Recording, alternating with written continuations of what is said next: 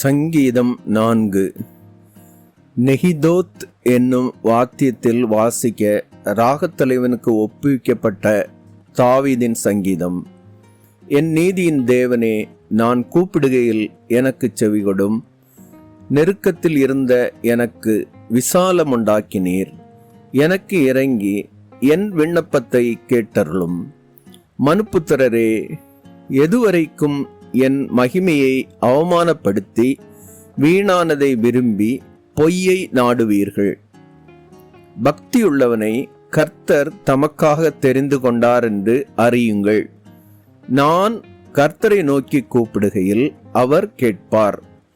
நீங்கள் கோபம் கொண்டாலும் பாவம் செய்யாதிருங்கள். உங்கள் படுக்கையிலே உங்கள் இருதயத்தில் பேசிக்கொண்டு அமர்ந்திருங்கள். நீதியின் பலிகளை செலுத்தி கர்த்தர் மேல் நம்பிக்கையாயிருங்கள். எங்களுக்கு நன்மை காண்பிப்பவன் யார் என்று சொல்லுகிறவர்கள் அநேகர். கர்த்தாவே, உம்முடைய முகத்தின் ஒளியை எங்கள் மேல் பிரகாசிக்க பண்ணும்.